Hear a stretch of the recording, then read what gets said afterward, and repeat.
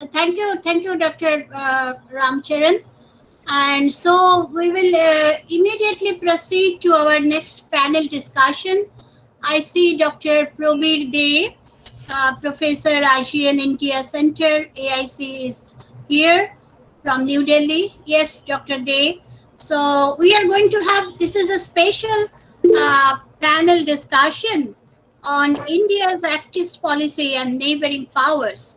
But unfortunately, I would like to give you some negative updates that our speaker from Singapore, Dr. Sundar Pal Singh, has undergone one major surgery very recently, 2 3 days back. So, although he expected to join, so he cannot.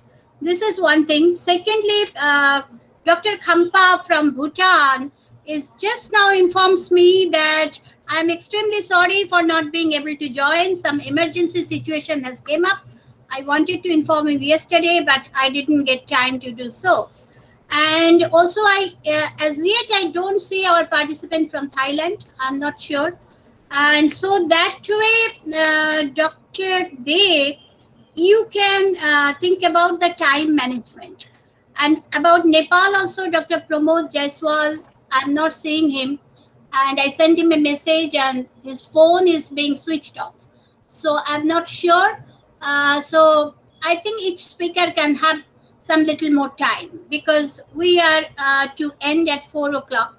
So we have 2 hours, complete 2 hours, full 2 hours with us. So over to Dr. Dev. Thank you very much. I hope I'm laudable. Yeah. Yes, Yes. yes, we can hear Thank you very much, Professor Ghosh, for the invitation. And I must congratulate you for organizing an excellent biannual or the annual conference of your association. And this is very unique. To me, from Delhi, we don't come across such very extensive sessions, so many topics, so many young scholars, and more importantly, the women participation. So I congratulate you in all aspects. To me, this is the best conference and I have come across, and I can see Professor Jayanta Kumar Roy, our national professor, sir. Thank you very much for joining. You are so great inspiration for us all the time, and many friends here, like Professor Damuri. Hello. I mean, he is so busy, but I seen him. He is here and so presenting his paper, and also scholar from Vietnam and many other places. Professor Ghosh moved from Calcutta to Hyderabad. I found him. He is still having still memory, strong association with Calcutta University. And thank you very much all for joining us. For me, this is a special session. My role will be timekeeper, adjust time.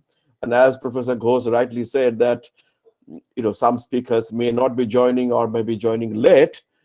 So each one of you can speak about maximum 7 to 8 minutes and first round, and then we'll have some times while in Q&A, then you can get a chance to speak. And the session is very interesting because at the moment, two countries to me, and Indonesia and India, and they are the confluence for you talk it Asia Pacific or Indo Pacific. These two countries, great nations, great civilizations, and I'm sure Professor Damuri, other scholars like from Vietnam and from Myanmar and others places, we'll be listening to them how they look at India relations with Southeast Asia, their narratives, their perspectives. There are many challenges at the moment. We look at in the diplomatic world or also in the academic world, the current symptoms or current momentum that we see and between the relations between the two countries and the region itself.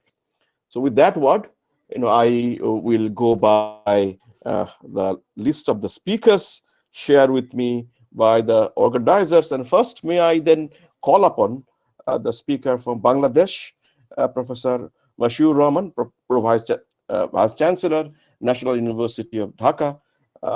Professor Rahman, if you are here, pardon me, we haven't met each other. Yes, Maybe you are, yeah, I yes, can see you, yes. yes, So I'm maybe the there. floor is yours. The session theme is India's activist policy and neighborhood powers. So over to you. Maybe within the time you restrict, and then we'll come back again in the second round.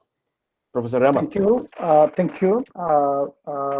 Thank you all at the beginning. And I have participated partially yesterday's the opening session that was really excellent, and many scholars from home and abroad, home in the sense of Indian home and abroad, we participated. And really in this COVID situation, the organizers, especially Professor Libby Ghosh, initiated an excellent international conference for us. So I give my personal thanks to Professor Libby Ghosh from my university and from my part. Uh, in fact, Professor Ghosh informed me that from my part, it's a talk on relationship between India and Bangladesh. And I did not develop any particular paper on it, just a few words on relationship between India and Bangladesh. And well, it's you all are scholars from different places, so I don't need to mention I mean in details the historical background of the relationship between Bangladesh and India, but obviously as a sociologist and a student of sociology, I would mention that the whole region.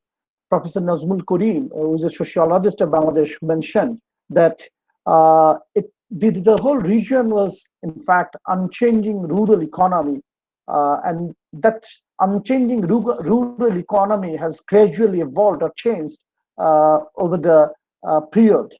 And particularly, if we focus on Professor Karim's study, that this unchanging rural economy that has changed heavily, and our question in what process is because I mean if we analyze the Asiatic mode of production, the notion of Asiatic mode of production, please reflect that unchanging society may not come with the capitalist mode or the transformation what has occurred in the Indian and subcontinent, that is sort of a different notion which does not reflect or proves the explanation of Asiatic mode of production.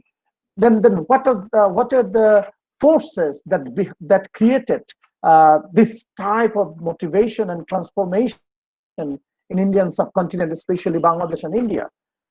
And on the other hand, if we analyze the case of Myanmar and Pakistan, though is situated in the same subcontinent, but why that drive did not happen, particularly for Myanmar and Pakistan and other less progressive regions?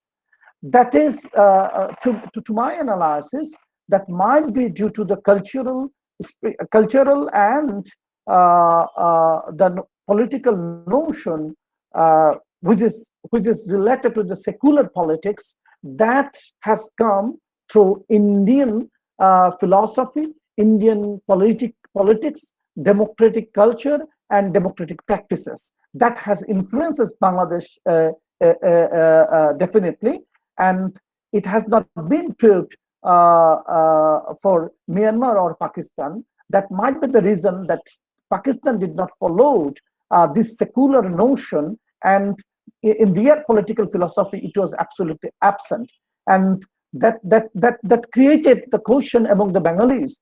The partition, what has occurred in 1947, was that partition or creation of Pakistan.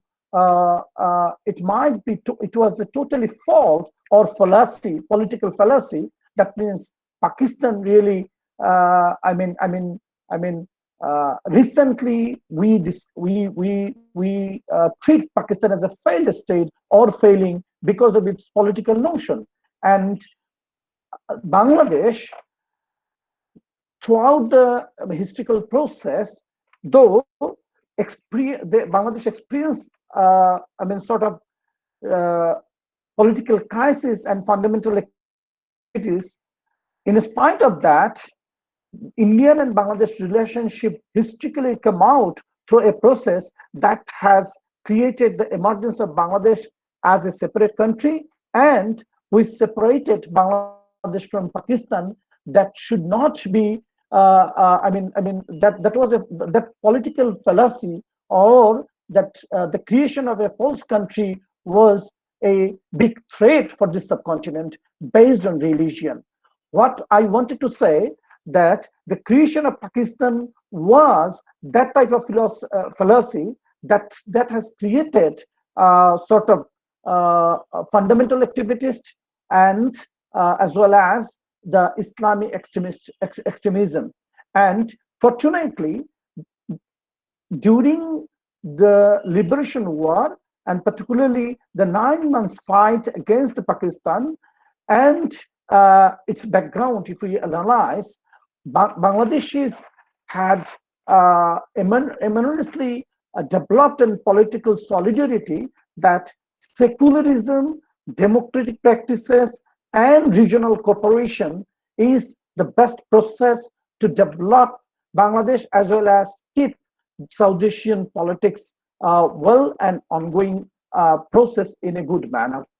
So these secular politics and democratic practices has come out in the process of Indian subcontinent, which is led by Indian progressive forces, especially through the creation of Congress politics and Muslim League politics. But at the same time, during this British regime, the British regime, they have created sort of divide and rule, and they also created this Hindu and Muslim leagues, two separate political parties, and that legacy still we are continuing. And on that basis, particularly in Bangladesh and India, we side by side observed some fundamental activities that has come out from that division that created by British, that they have tried to divide and rule Indian subcontinent, and that they also, that was not only the differences among the political parties, rather particularly based on religion, Hinduism and Muslimism, and we still are suffering based on that fallacy. That is my understanding. Even though, that you have already discussed in the previous session, that Rohingyas problems, and we have many other problems also. But the border between Bangladesh and India, rather than other countries, I think the relationship and border stability are far better than the other countries. So it comes from that cultural heritage and secular politics and democratic practices. So in this process, I see if Bangladesh and India can continue this type of political relationship along with these values, that is secular politics and democratic practices, it will give a good results in the near future. And obviously, we should keep in our mind that China definitely is a good friend of Bangladesh, but India is our trusted friend. It is examined relationship that has, come out from the help and the big support during the liberation war, and even, the current prime minister who is ruling the country last 2 decades almost.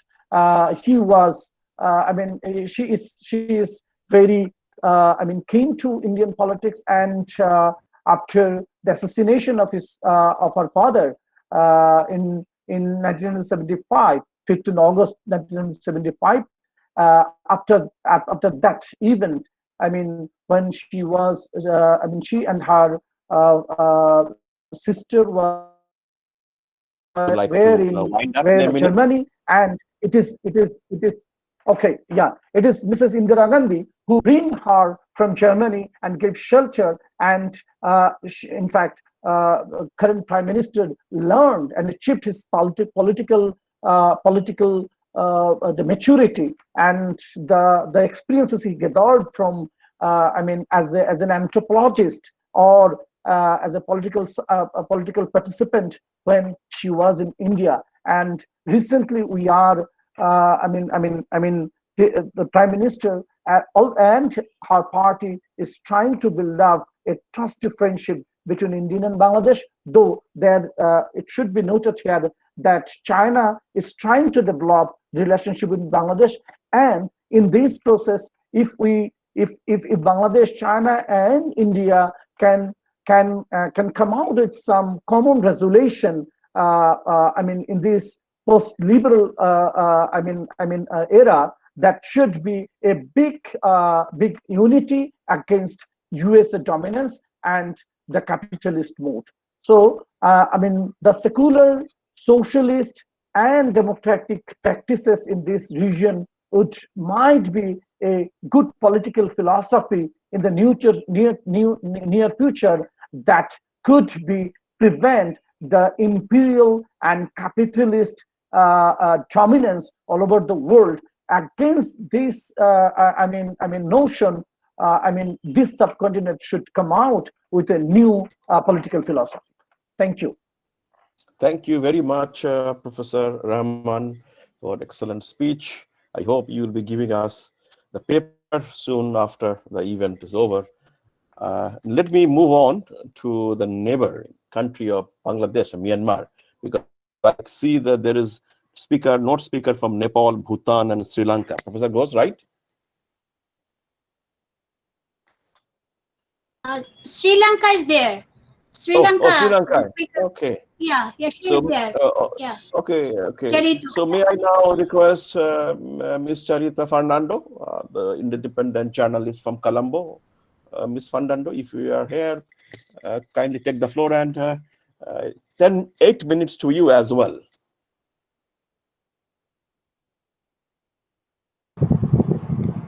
Hello, good Hey, afternoon. you can assign 10 minutes full Can you because hear? no minutes are not there. Okay. Yes, we can hear you. We can hear you. Okay. Good afternoon to all of you, and thank you, Dr. Prabir, for giving me the opportunity. Hope all of you are keeping well and healthy during this terrible pandemic. And thank you very much for Professor Lipi Ghosh and Dr. Anusia for having me be part of this conference. So before I get into the latest developments in India-Sri Lanka bilateral relations, I would like to briefly outline a few points on the changing landscape of Sri Lanka's foreign policy under the current government headed by President Gotabaya Rajapaksa and Prime Minister Mahinda Rajapaksa. So as I'm sure all of you are aware, that the newly elected president, Gotabaya Rajapaksa, in November last year said that just ahead of his visit to New Delhi, that he would like to work closely with both India and China, and that his government wouldn't do anything that is detrimental to the security of India. In a recent interview, the Foreign Secretary of Sri Lanka, Admiral Professor Jayanath Kolambage, articulated the transformation of Sri Lanka's foreign policy under this regime. So so he questioned whether Sri Lanka's foreign policy had actually helped to improve the well-being of citizens or drive Sri Lanka's economy to the next level. So his view was that it has not quite helped to do that in those two criteria. So he is of the view that the foreign policy right now is going through a period of transformation, um, and he also articulated that there are 3 points that the president has focused on, which is security. Those are the 3 pillars that he would like to steer Sri Lanka forward. Number 1 would be security, and we saw the lack of focus on security matters led to the Easter Sunday bombings. The second pillar would be economic development, and the third pillar would be foreign policy. So foreign policy, right now, Sri Lanka is sort of drafting a 20-point framework, on foreign policy that the government would like to move forward with. So 9 out of those 20 points are focused on economic diplomacy. So that shows a kind of a shift in political diplomacy to economic diplomacy, because the secretary himself felt that we have been quite weak in economic diplomacy, in gaining investment or business opportunities to Sri Lanka. So now this framework, it's interesting because this framework comes with KPIs for heads of missions to deliver on tangible and measurable results, because Foreign Secretary was also of the view that the investment that goes into foreign missions have not brought in tangible results. So one of the first things the Foreign Secretary commented on with regard to India was that in one of the first interviews he said we would like to carry on policy of India first. So what he really meant by that was that India and Sri Lanka are geographically very close, across the Park Strait and Gulf of Mannar. We are just separated between a few maybe 24 or 25 kilometers. So ships that need to go from the west coast to the east coast of India has to navigate around Sri Lanka. So because of that reason, Sri Lanka is pretty much part of India's maritime and air security umbrella. So that's why Sri Lanka cannot become a strategic security concern for India. So in that sense, he mentioned that that Sri Lanka would charter India first foreign policy with regard to strategic security. So one of the other interesting developments is the appointment of Mr. Milinda Morogoda, who's not considered a career diplomat, but as the Sri Lanka's High Commissioner to New Delhi. So a lot of experts and analysts feel that this appointment predicts that relations with India would be direct rather than the foreign ministry. We had a period like that during the war. We called it the Troika. I'm sure most of you remember, with the defense secretary, president secretary, and the foreign minister. They directly liaised with the Indian counterparts during the conflict and in Sri Lanka, and that was very successful because we had cordial relationships, excellent relationships with India during that period of time. Yes, so with regard to India's Act East policy and the Quad, the kind of unofficial security alliance, there have been few concerns on part of Sri Lanka. One is that I think Sri Lanka feels nervous and a bit worried that the Indian Ocean might be militarized because of these alliances. So that is one reason that Sri Lanka has been seen as keeping away from developments in that area. And also, hello, can you hear me? Yes, we can hear you. We can hear you. All right. Then there's another development that I'm sure that has worried Sri Lanka, because the government has reviewed a port deal worth of millions of dollars that was signed between the previous government and New Delhi. So according to political observers, the move is an effort by the government to keep keep away from the Quad nations, the US, India, and Japan, and Australia, and which is seen as an attempt to counter China's growing geopolitical influence in the Indian Ocean. So the terminal in the Colombo port was the Sri Lankan government recently shelved that project because it was going to be funded. It was going to be developed by India and Japan. And also a Japanese-funded light railway project of 480 million US dollars was also shelved recently. So, and it might see as a situation where only Chinese-funded projects are moving forward.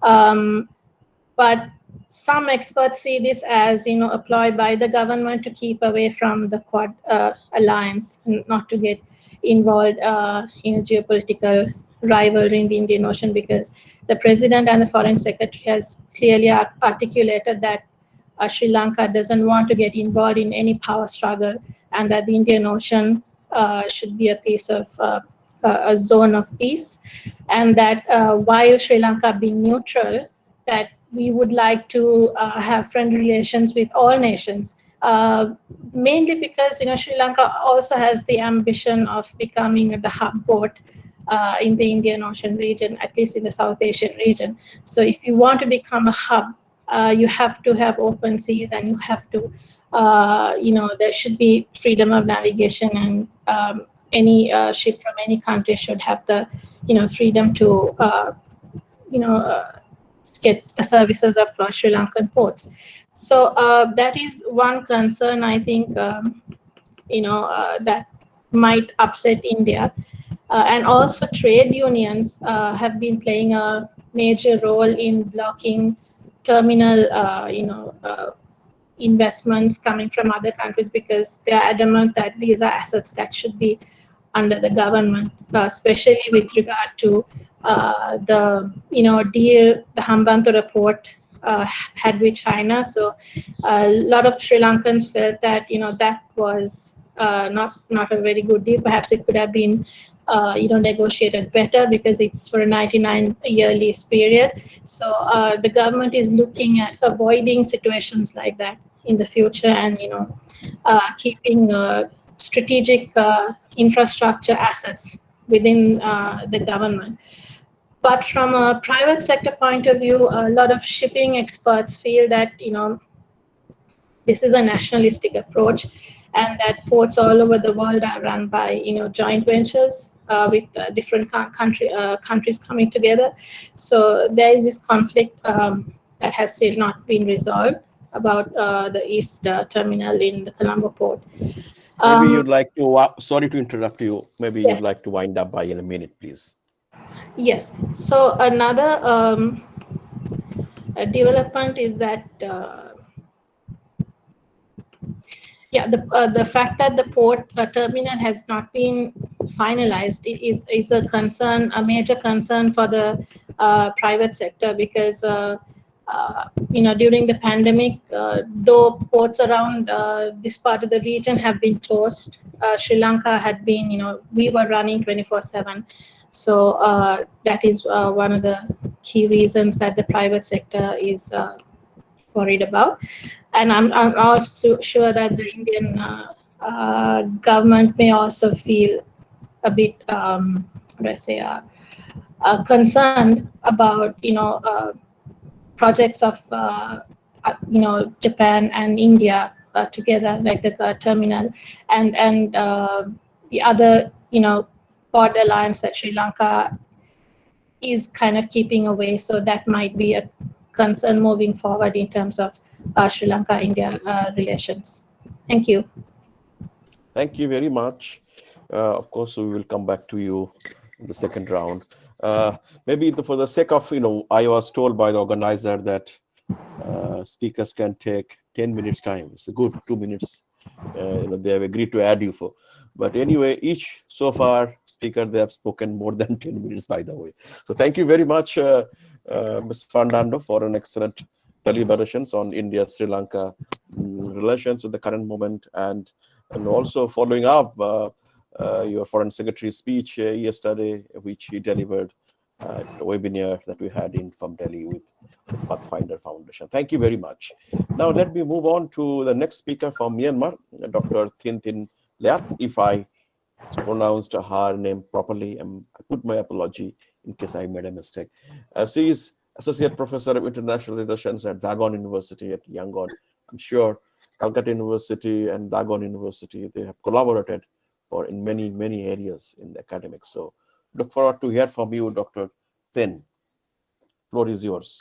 10 Afternoon. minutes. Good afternoon. I am Dr. Nana, Associate Professor of International Relations Department, Hong University, Myanmar.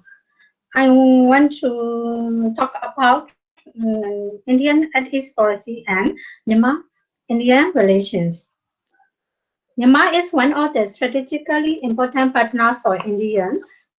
Geographically, Myanmar borders India for northeastern states, bordering the more than 1,600 kilometer land border and the 700 kilometer long maritime border.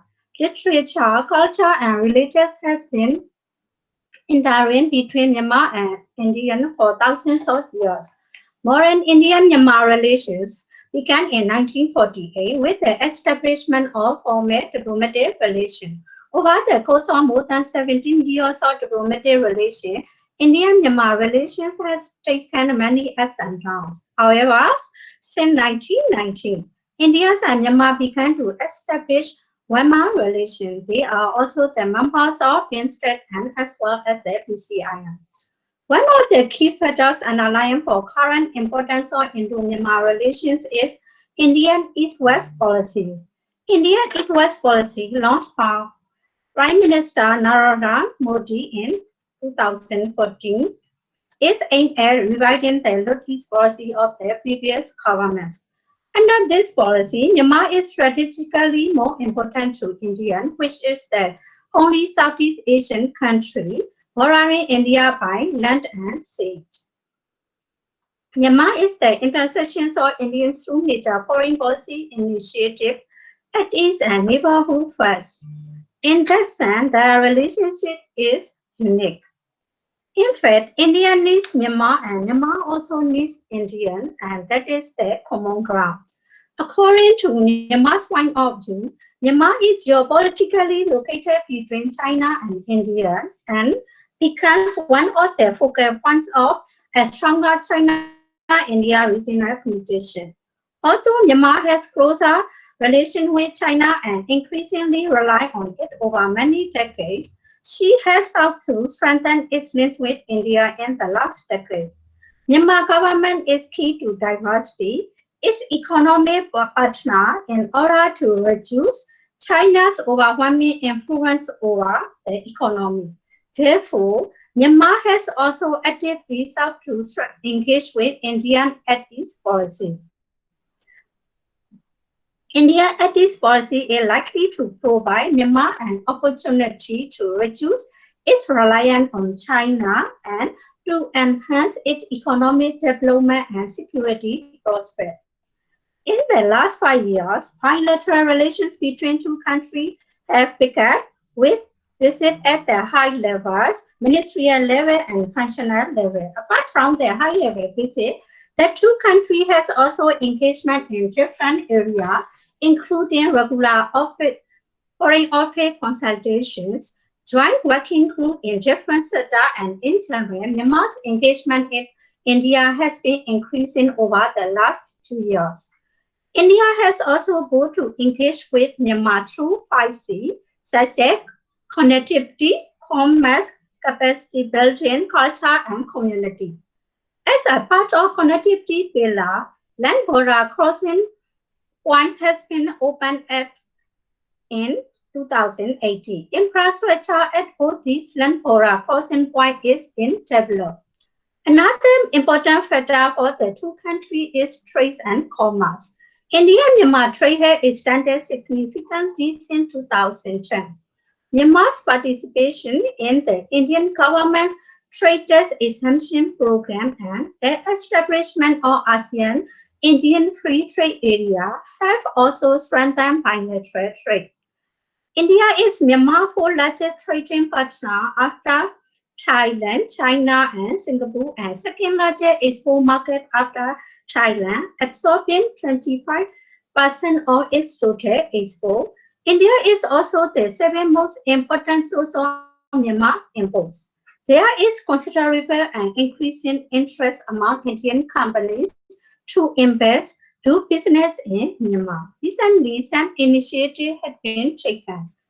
In the investment sector, as of the end of January 2020, there are 33 Indian ventures on to US $771 million in Myanmar. The Indian government has pledged to extend land and sea routes to strengthen trade links with Myanmar and establish a gas pipeline. While the involvement of India's private sector has been low and growing at a slow pace, both governments are proceeding to enhance cooperation in agriculture, telecommunication, information technology, steel, wine, natural gas, and hydrocarbons and food processing. As facilitated connectivity is central to the improving Indian-Myanmar economic relations. The two countries inaugurated 250-kilometer Tamil-Kalewa-Kalem highway in 2001 and aimed at to provide the major strategies and commercial transport routes connecting Northeast Asia and South Asia as a whole to Southeast Asia. India has also invested in ASEAN-wide infrastructure projects in ASEAN-Indian Free Trade Area, as Myanmar is a gateway to link up the rest of the Southeast Asia. Infrastructure projects are underway, such as India-Myanmar-Thailand Trilateral Highway and Kaladan Multimodal Transit Transport KMMTT, which aims to connect the Eastern Indian Seaport of Kolkata with Situate Water Port in Myanmar, Rakhine State by sea. India's long-term strategic goal is to create a special economic zone surrounding the Situate port. This port will link to India-Myanmar borders and to Indian side and be a positive one for trade and economic activity in the region concerned. To improve economic relations, India and Myanmar must also boost their security cooperation at the border. The more secure the border is, the greater economic activity will be. So, part of the reason why the KMMT project has faced delay is that the roles of project traverses a war zone in Rakhine State. Moreover, insurgents from India's Nagaland have also distracted the completion of KMNTT project.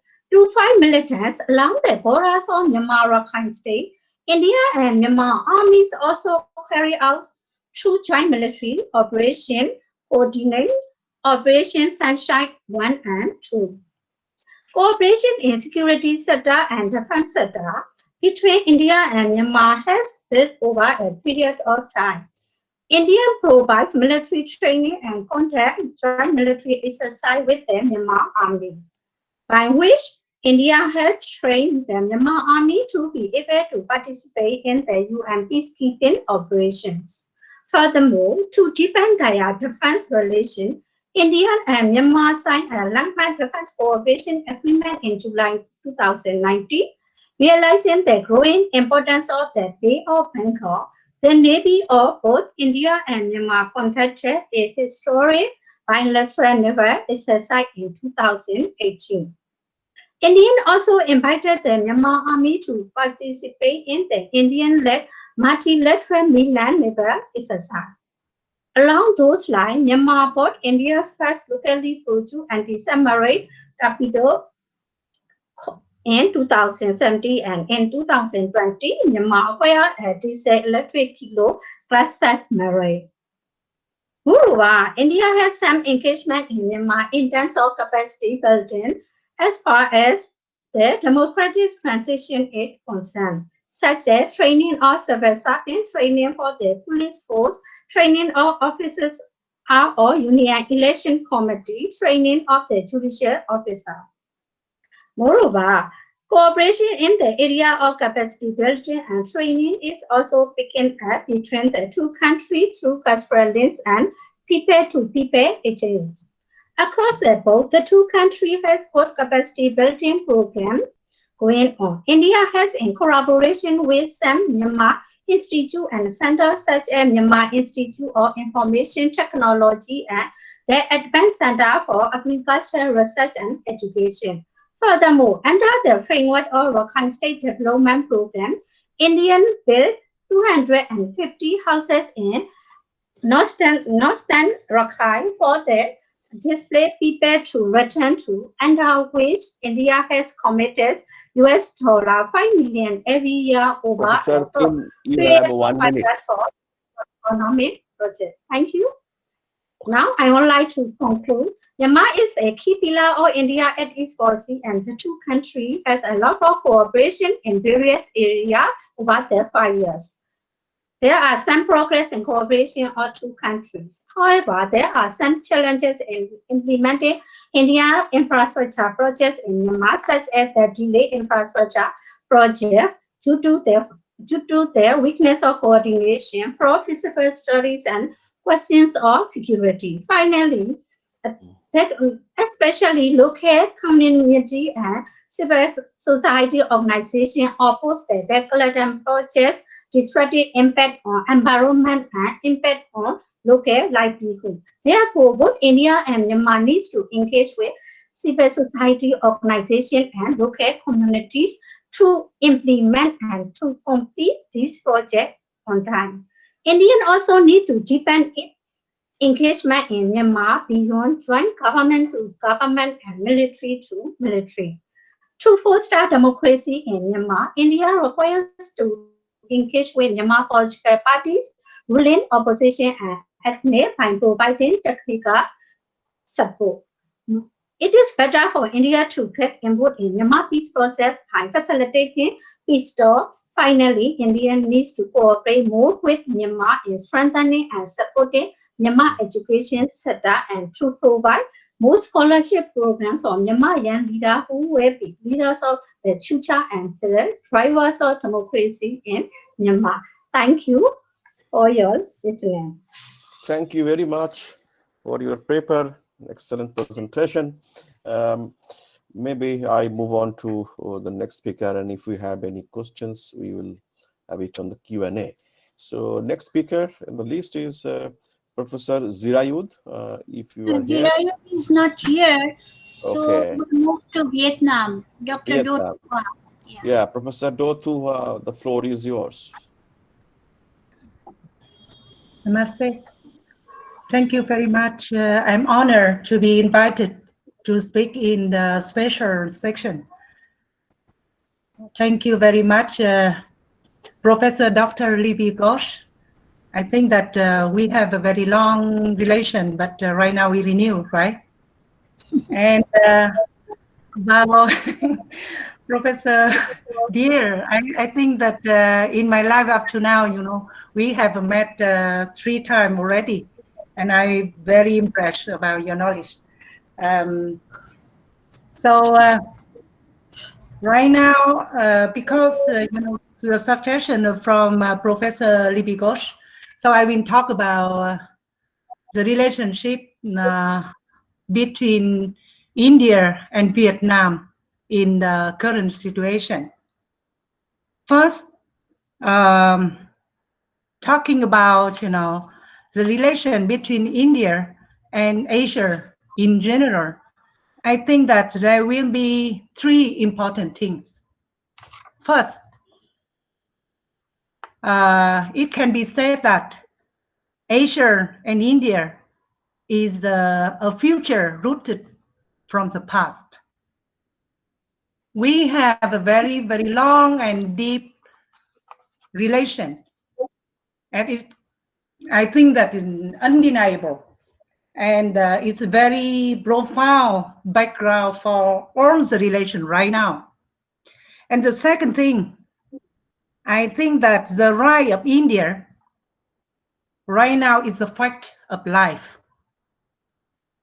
We have since the early 1990s been supportive of India's global aspiration and its relationship with Asia, and will continue to do so.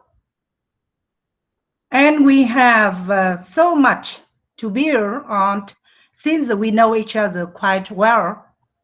I don't think anyone in Asia consider India to be a threat. It's very important for Vietnam the relation between India and Vietnam, it's a strategy.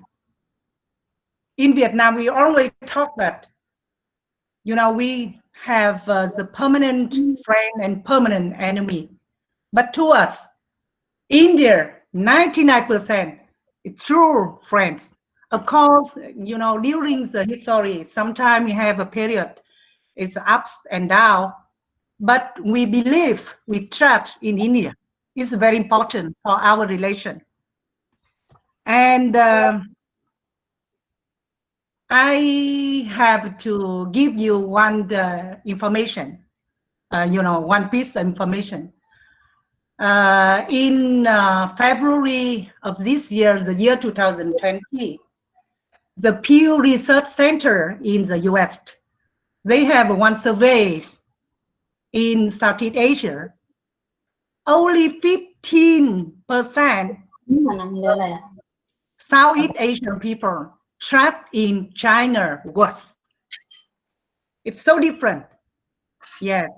And another thing, I give you another example about the strategy between Vietnam and India is that, as you know, in our country, we have one policy of family planning. Every family should stop at 2 children. That's right. In our country, children is our diamond, not gold. But we use the vaccination, medicine produced by India. We put our children in your hand, something like that, so that you can imagine about the contact between us. And I think that, it is a very good image of India in Asia as a partner. And that is a very important platform to plan and carry out our cooperation. We have got the strategy in our cooperation. And thirdly, I think we are right now revising, the Asian-Indian relationship in very, very high and very crucial and very, strategic level for all of us here. That's why, I think that our webinar is very timely and significant. Talk about, the current situation of our relationship between Vietnam and India. As you know, Vietnam is a small country with a population of only 97.4 million up to yesterday, 30th, October of the year 2020. I update the figure. And then we are, an export powerhouse and has often been developed as a miracle economy. Some people talk like that with our very high growth rate. Vietnam gross national income per capita in PPP terms tripled from 2,160 billion in the year and up to this year is a 6,700 US dollar this year. And I think that there was a massive reduction of poverty from 38% in the year 2000. And this year, only 5% of the population under the poverty line. That's right. I think that Vietnam provide integrate infrastructure such as the major port and highway, good quality labor, and modern logistic industry, all of which are important factors to meet the strict deadline that company have international activity.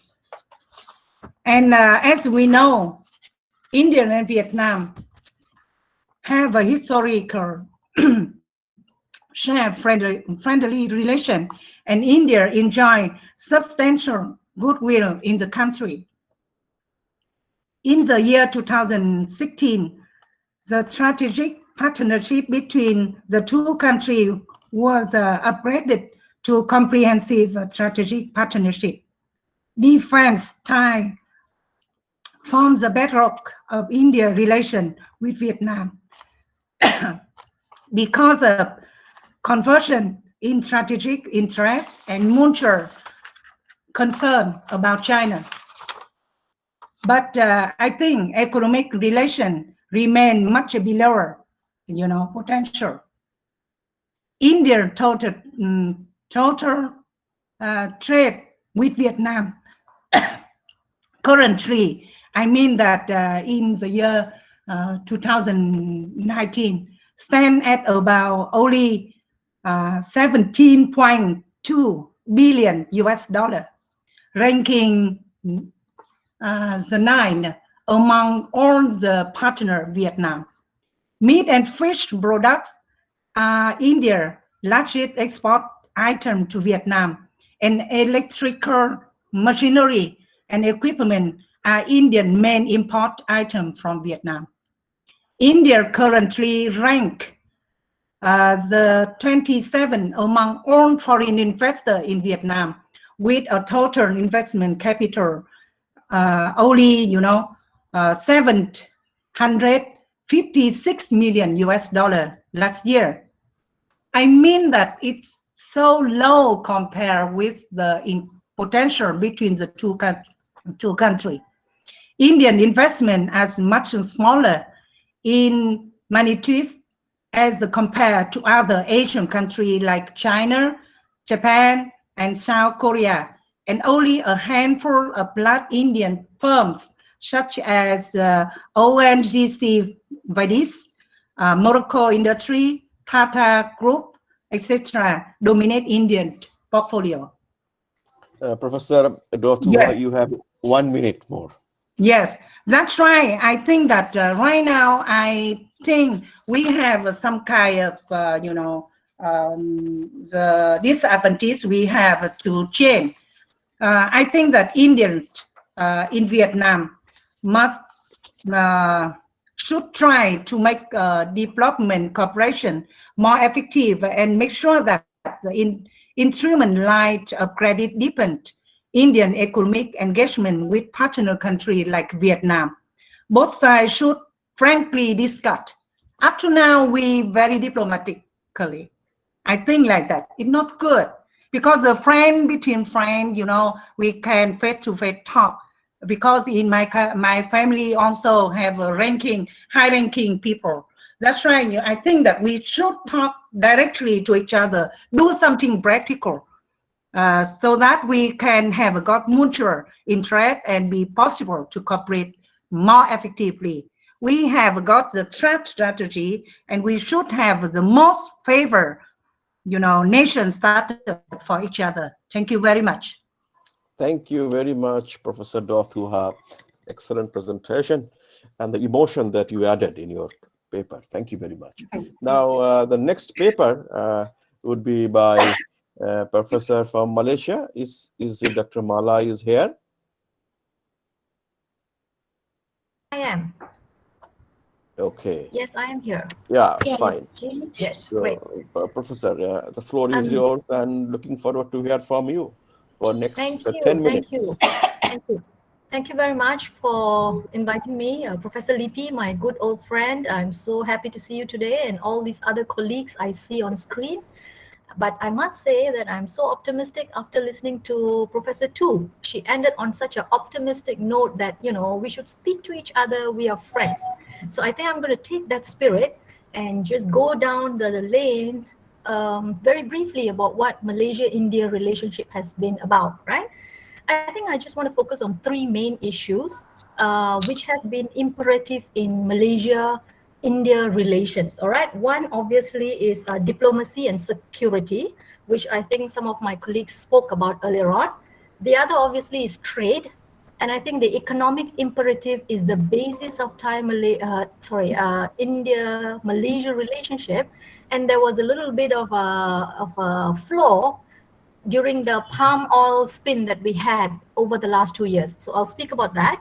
And finally, I think the diaspora ties that binds Malaysian Indians and Indian heritage and ancestry is something that is also very, very important in Malaysia-India relations. Yeah. So I'll go through this very, very quickly. But I think in the 60s and 70s, since independence, since the formation of bilateral relationship between India and Malaysia, both these countries have rather have tended to focus on trade, right? Which has been also harnessed by this whole ASEAN Economic Caucus, and the reason for mutual growth, right? I think they have looked at that very much. So I think in terms of the Look East policy, which everyone talked about, I think it is most active in the sphere of trade. When we talk about India's active Look East policy vis-a-vis Southeast Asia, I think trade comes to be the top priority. Yeah. But as mentioned by Professor Sayantani earlier on, and I think she made this point very, very clearly, that it is not just about G to G.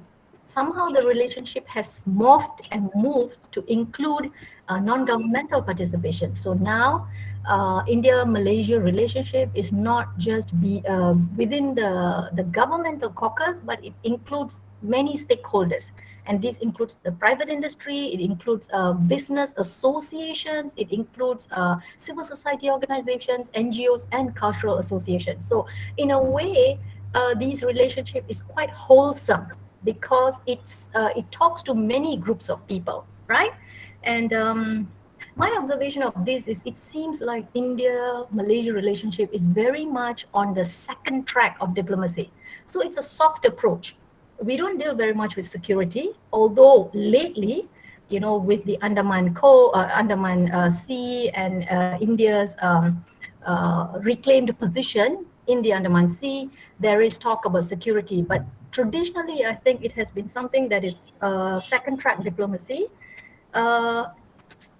focusing mostly on strategic and coexistence.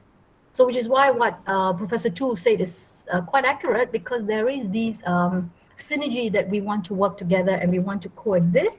So security and growth is something that India is looking for all nations, and therefore there is this contact in that sense. I think you need to put these in relation or in vis-a-vis to China and the South China Sea. Yeah, which is why I think India has been quite cautious in these security relationships, right?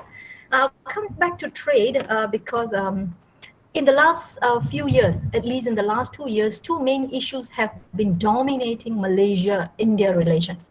I think one is very well known, was the issue between Malaysia and India as a result of some gaffe between Prime Minister Modi and former Prime Minister of Malaysia, Mahathir Mohamad, which eventually brought to the ban in the oil palm imports by India from Malaysia. And India is one of Malaysia's #1 buyer of oil palm. And when they threatened to reduce the imports, Malaysian industry also had a significant impact, right? But I've been reading a lot about what this impact did on what this ban did on both countries. To be very clear, Indian government never endorsed the ban. The Indian government was very, very careful, saying that it is a call that needs to be made by the palm oil producers and the palm oil buyers. So in that sense, I think India stayed clear of a very potentially diplomatic flaw by saying that it is not a state opinion on it, right? Okay, but of course it affected the relationship to some extent, and I think India was taken aback not so much by the comment on the the Citizenship Act of India, which Mahathir Mohamad claimed violated the rights of minority Muslims in India, but more so in reference to Kashmir and Jammu. And that is something that Mahathir made a comment at the UN Assembly in 2019, saying that India invaded Kashmir. And this created a lot of reaction from India. And, there was a lot of nationalist sentiment saying that we need to boycott Malaysia, we need to ban Malaysian imports, etc., etc. But that was somehow managed, thankfully, because we had a new government, or maybe unfortunately we had a new government very quickly in early 2020. And then the new government began to slowly build back to where we were in terms of the oil palm relationship. And we have gotten back to exporting our oil palm. And we have also signed in early 2020 an agreement to buy Indian rice. Again, this is something that is very, very new, because normally Malaysia's imports of rice come from ASEAN countries. But because of the COVID situation and the fact that many of these countries are not able to export, and they want to keep their rice production for their own consumption, in Malaysia actually signed an agreement with India, uh, buying up to 100,000 tons of rice. And that is quite a big move in terms of new commodities that Malaysia is buying from India, right?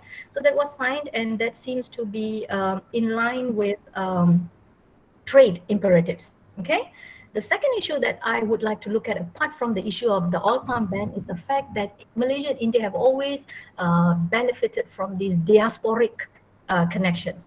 And one of the things that came through this diasporic connection is the fact that India actually granted these special category of visa and immigration privilege to people of Indian ancestry. So Malaysian Indians who could prove their ancestry to India, who had forefathers who came from India, were privileged to apply for these visa agreement, which is called the OCI, Overseas Citizenship of India. Right. This was because Malaysian government, and prior to that, the Singaporean Indians were also requesting for this dual citizenship.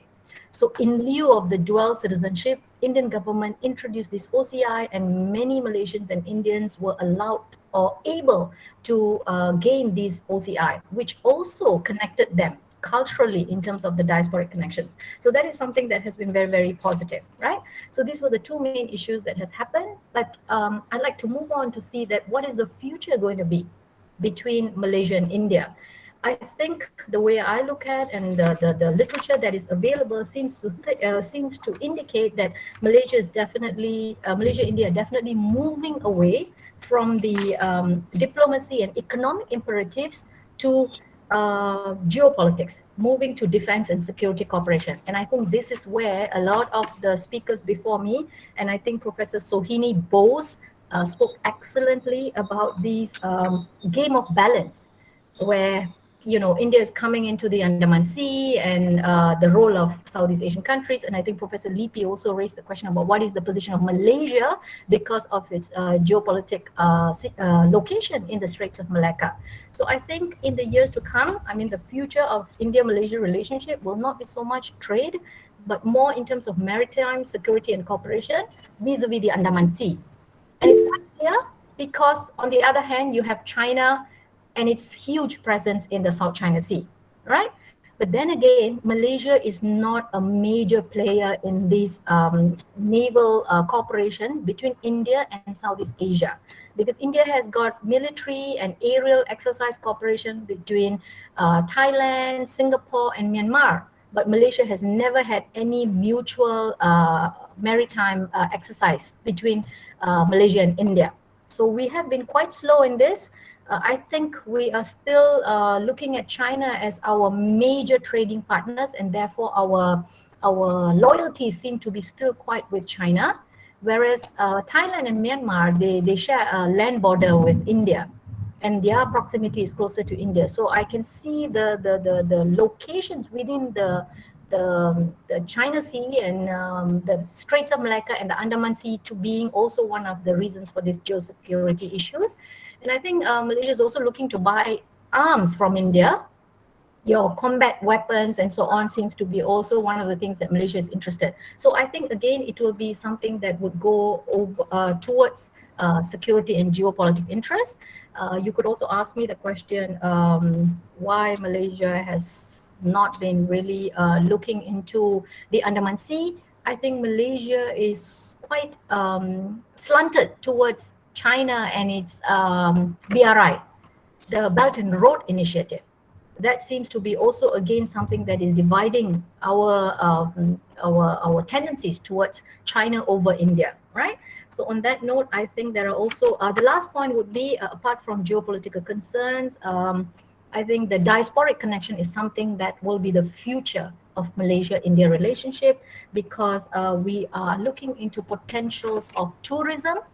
Someone mentioned the Buddhism pilgrimage circuit that Prime Minister Modi tried to promote when he visited Malaysia, and I think that is also one of the potential links for pilgrimages that tap on religion, not just Hinduism, but now on Buddhist pilgrimage sites. So that would also be the future for Malaysia-India relations. I'll stop there for now, and I'm willing to engage with questions after this. Thank you. Thank you very much, Dr. Mala, for making a very comprehensive presentation on India-Malaysia relations. Thank you very much. And let me move on to the next speaker. And we have Dr. Sindarpal Singh is not coming because of his other engagement. So now we have left with two speakers here. Dr. Rizal Damuri, the floor is yours. So 10 minutes to you as well. Dr. Damuri. Thank you very much, Dr. Prabir Dey. It's good to see you again.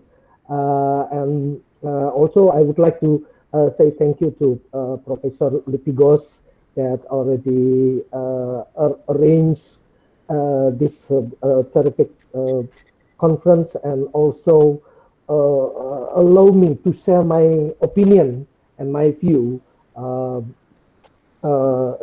in this forum, in this important forum. But I would also like to apologize that Professor Lipigos actually asked me to talk about Indonesia-India relations, but I would like to also look at the cooperations from the perspective of ASEAN, in addition to relations, cooperations between India and Indonesia. So my bigger perspective coming from the ASEAN's perspective, and then after that I would also talk a little bit about the Indonesia India relations.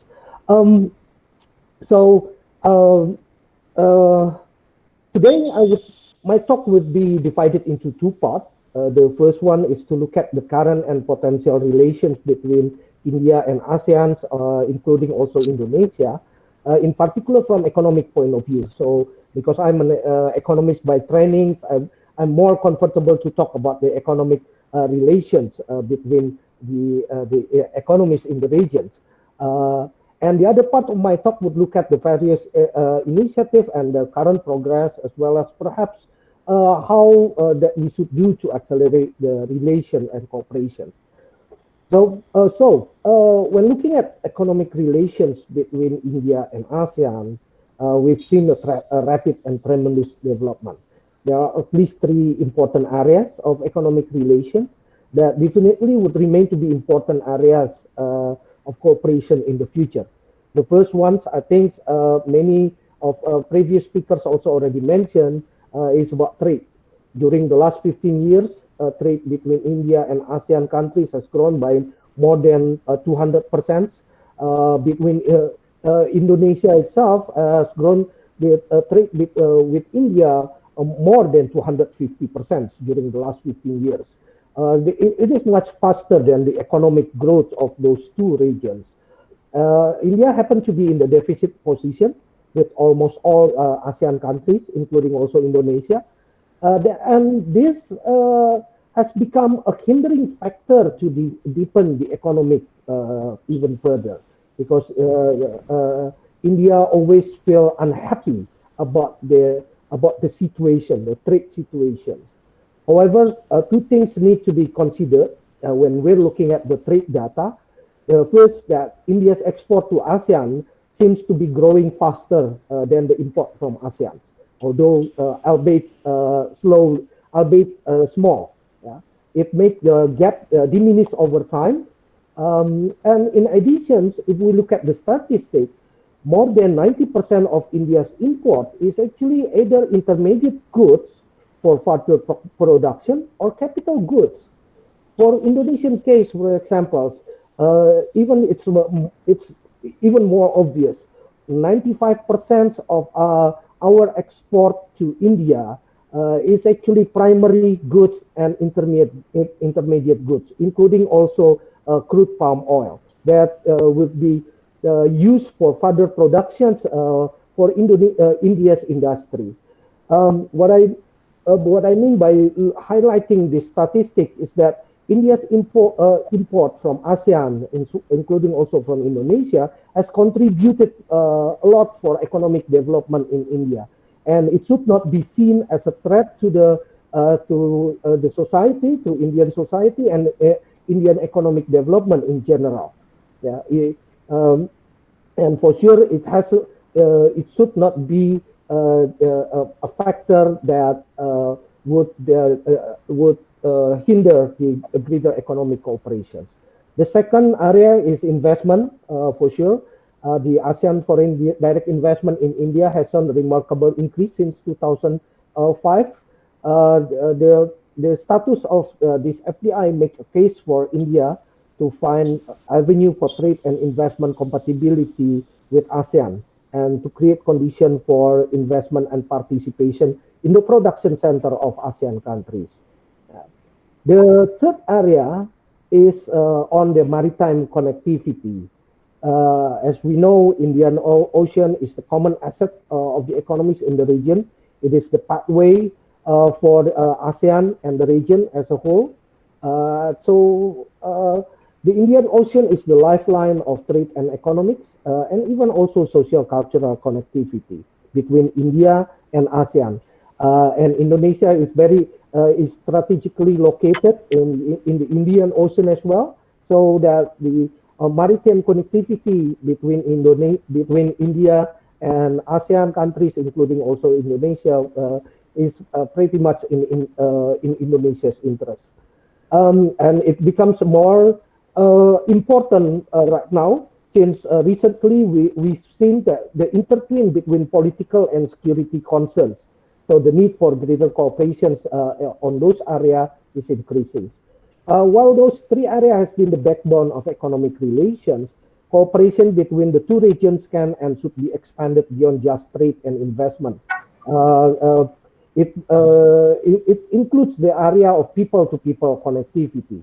Human resource development, education, and research development has been identified as the basic need for ASEAN countries to take it into the next decade. So India's tremendous strength in education, especially science and engineering, should be open for the advantage of ASEAN youth. Unfortunately, many countries in ASEAN, including also Indonesia, hasn't really realized about the opportunity that comes from the Indian education system.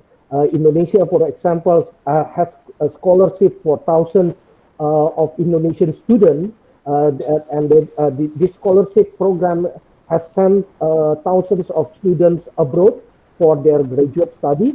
But very unfortunate, the schools from India is not listed in the scholarship, the school that can be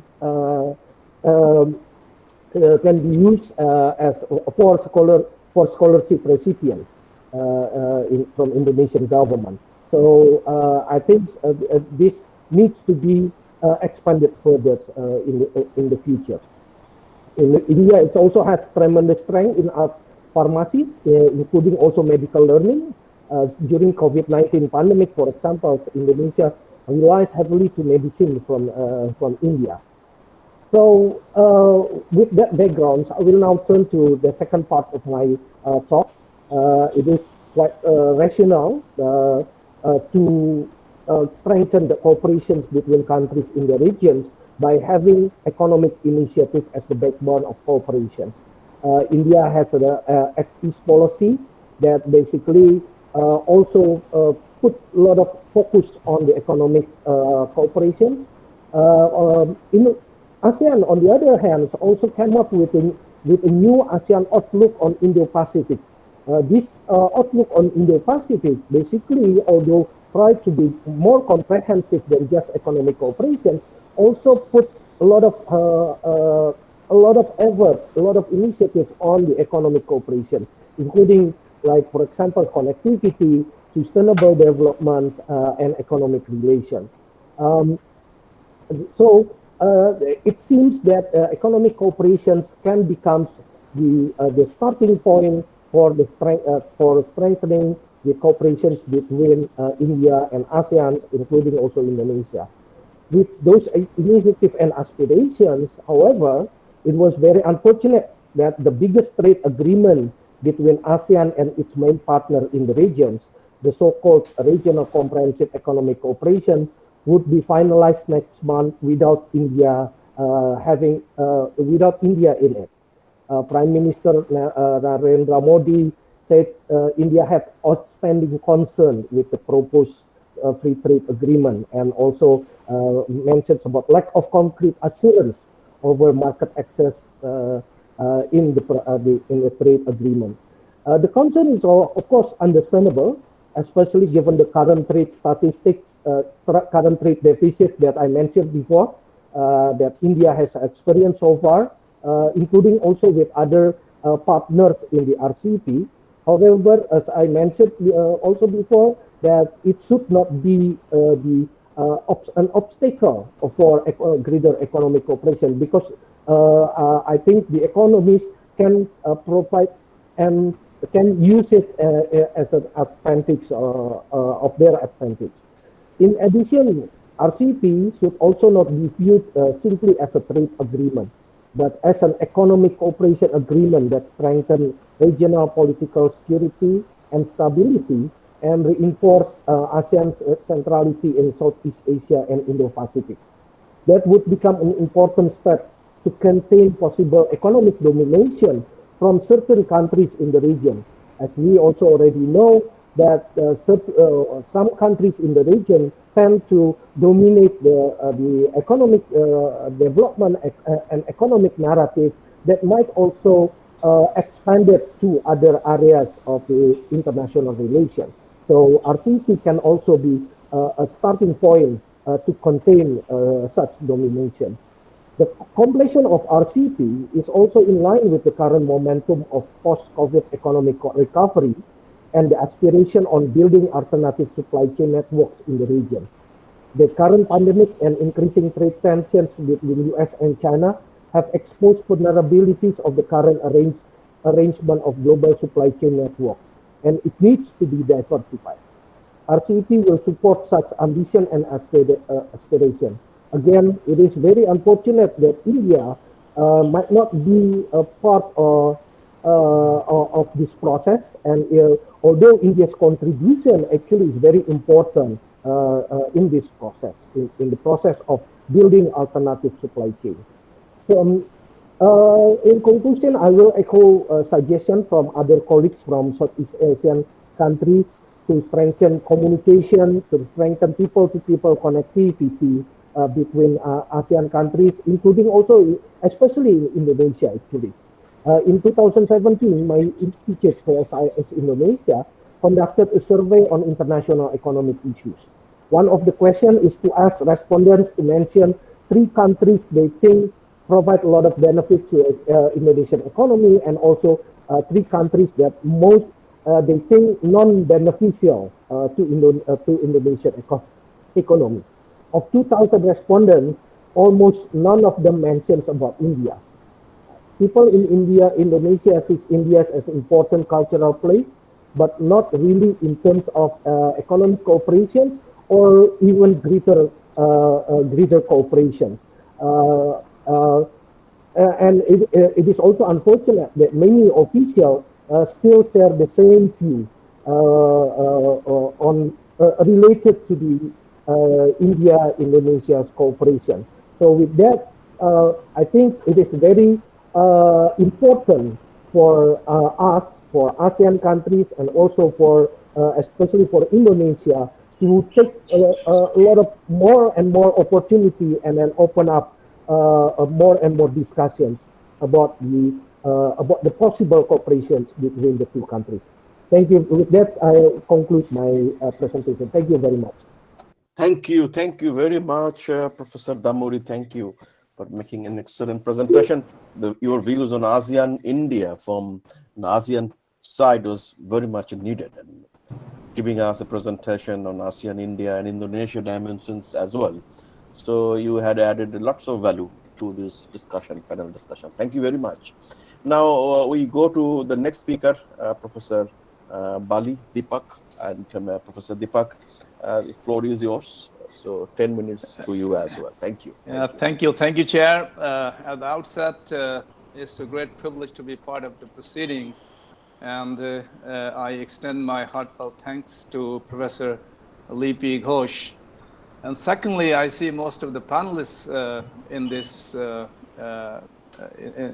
this forum. They are natives from respective countries, and my views here, they should not be taken as views as a Chinese. I'm not a Chinese.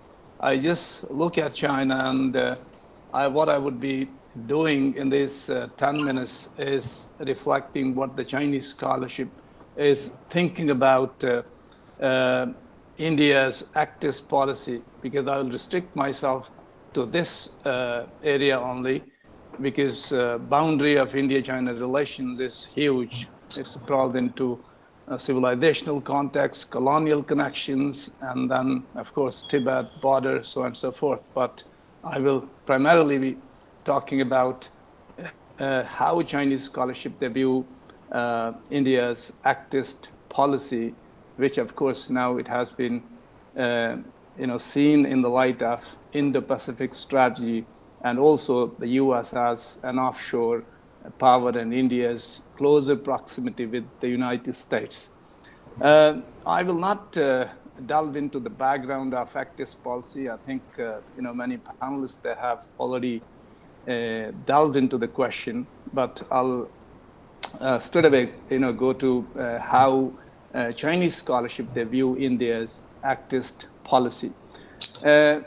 It is quite interesting to note that Chinese scholarship, they have widely quoted Nehru's discovery of India, while commenting on India's foreign policy approaches and choices.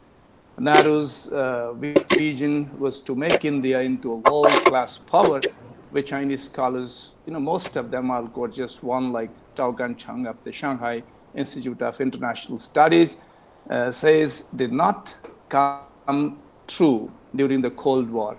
The activist policy is seen by China in this context.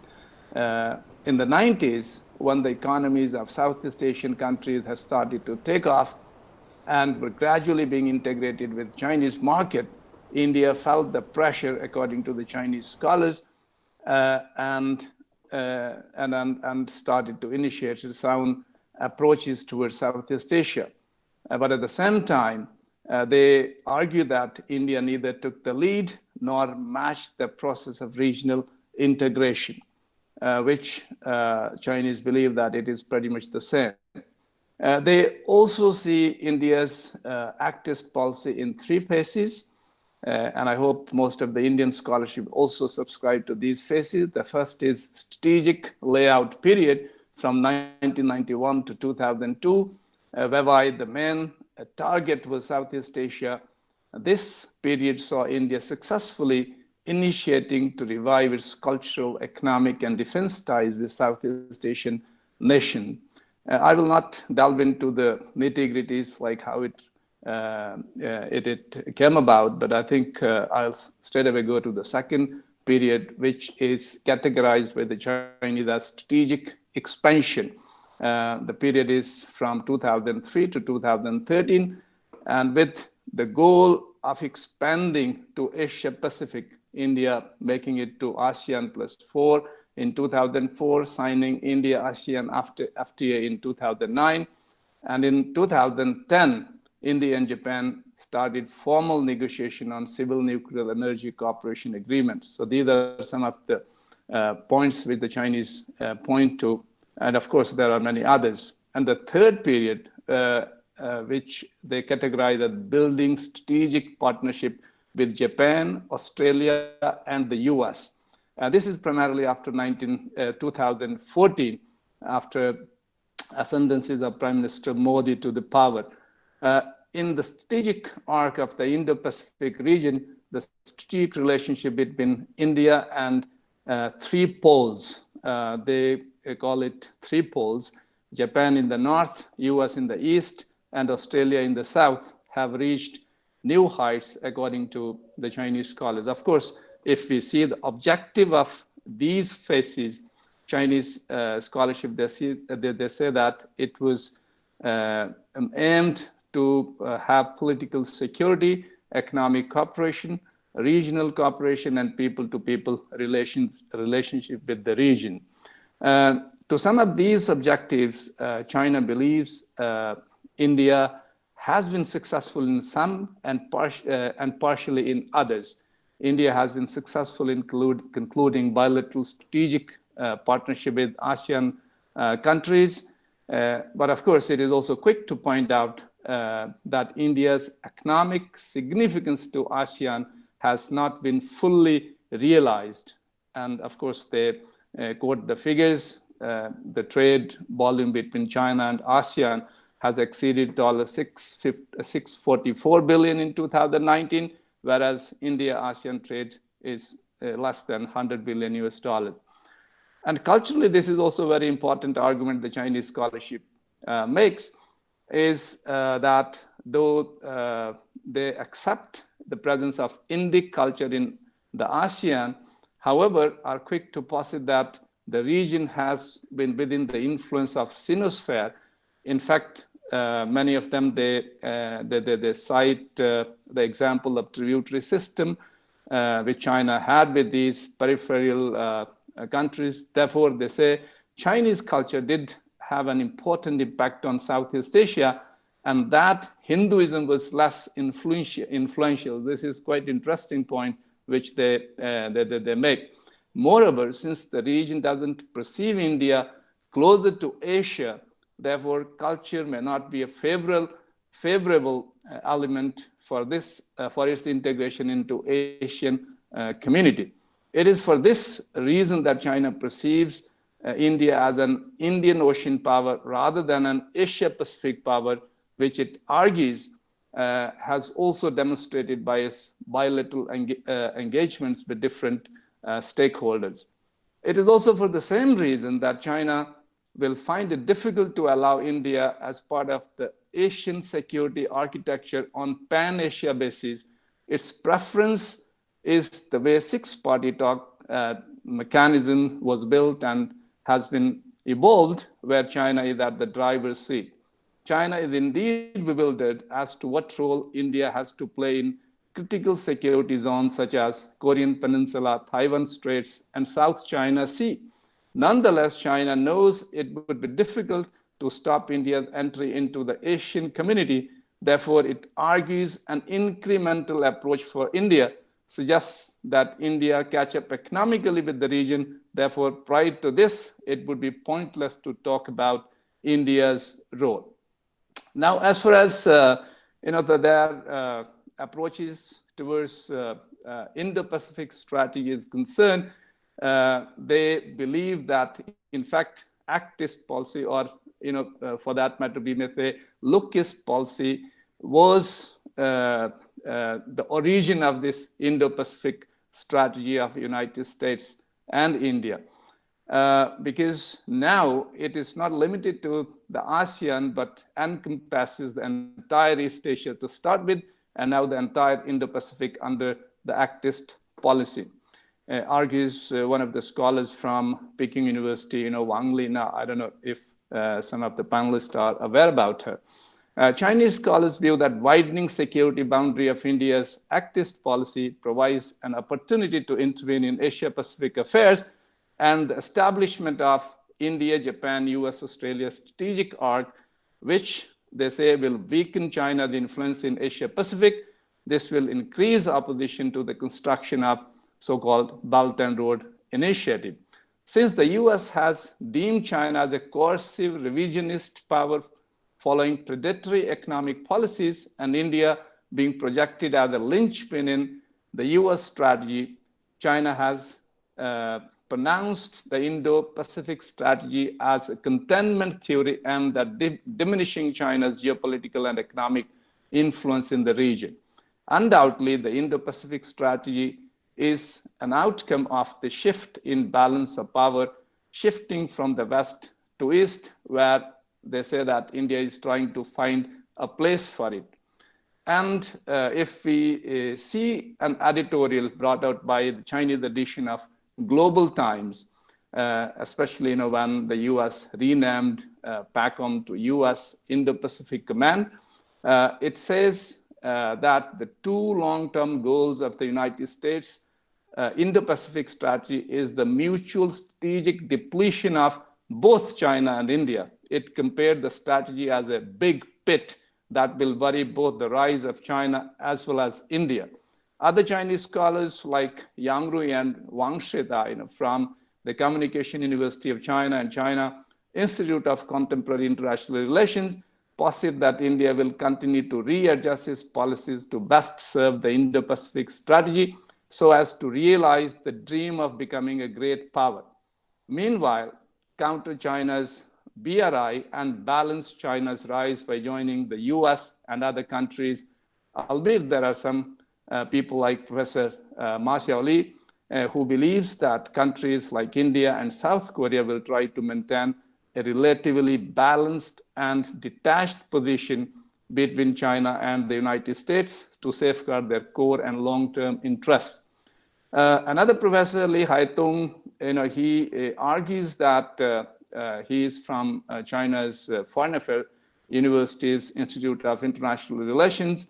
He says that the main purposes of Indo-Pacific strategy by the US is to establish an Indo-Pacific geopolitical order that targets China on the one hand and formulate a trade rule centered on itself on the other. So he maintains that whether it is Obama administration's pivot to Asia or Trump administration's Indo-Pacific strategy, the constant theme of the US Asia-Pacific strategy is to weaken or marginalize China's regional influence. Unlike the past, the Indo-Pacific strategy, according to Professor Lee, translates the concept of a security alliance into the practice of building an economic alliance, which will halt economic integration in the region. As regards to India, US injected $113.5 million in the region.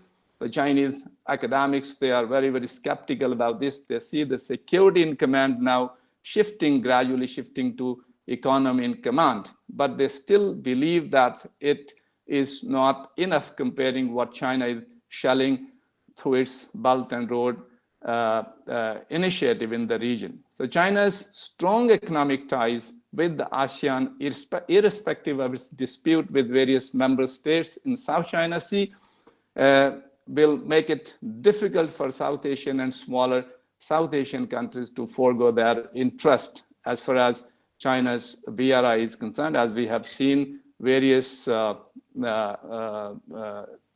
panelists from ASEAN reflecting this point of view.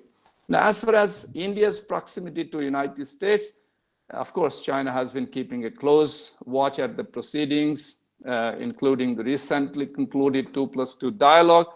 For like the preceding dialogue, there has been a definite China focus according to the Chinese scholars.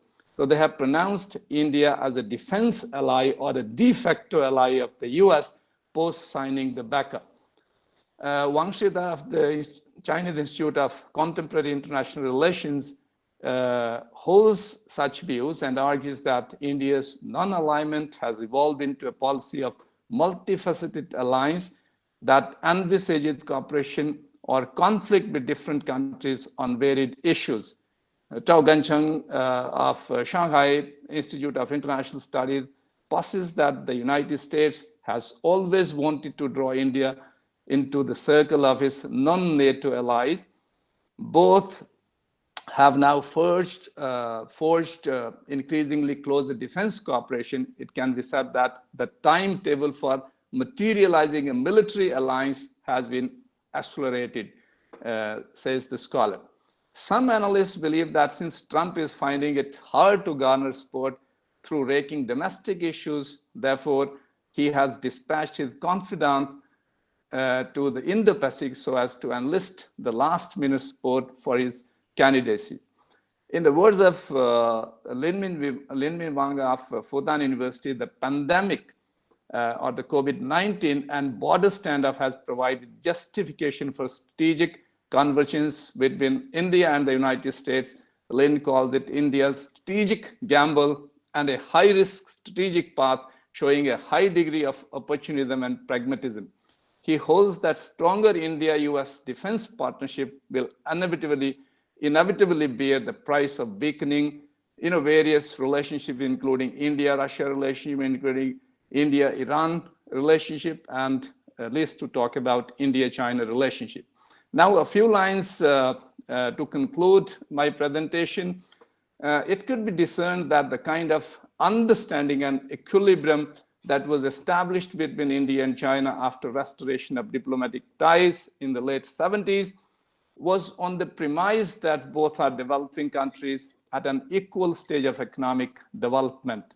Therefore, both must exploit their economic potentials and complementarities and put aside contentious issues like border, Tibet, and others.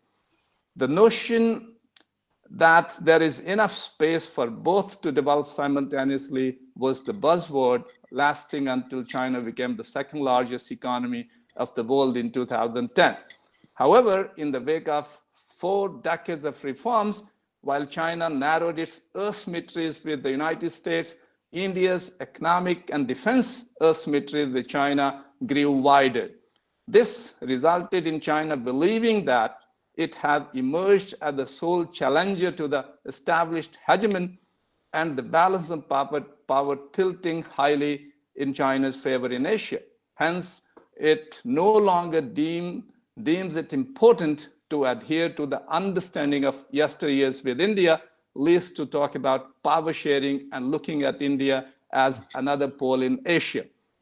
Though China still harps about multipolarity, nonetheless, if China cannot accept a multipolar Asia, the talk of multipolarity becomes pointless. Modi government shedding the ambivalence of Congress-led regime and going ahead to complete the conclusion of all foundational agreements could also be seen in this light.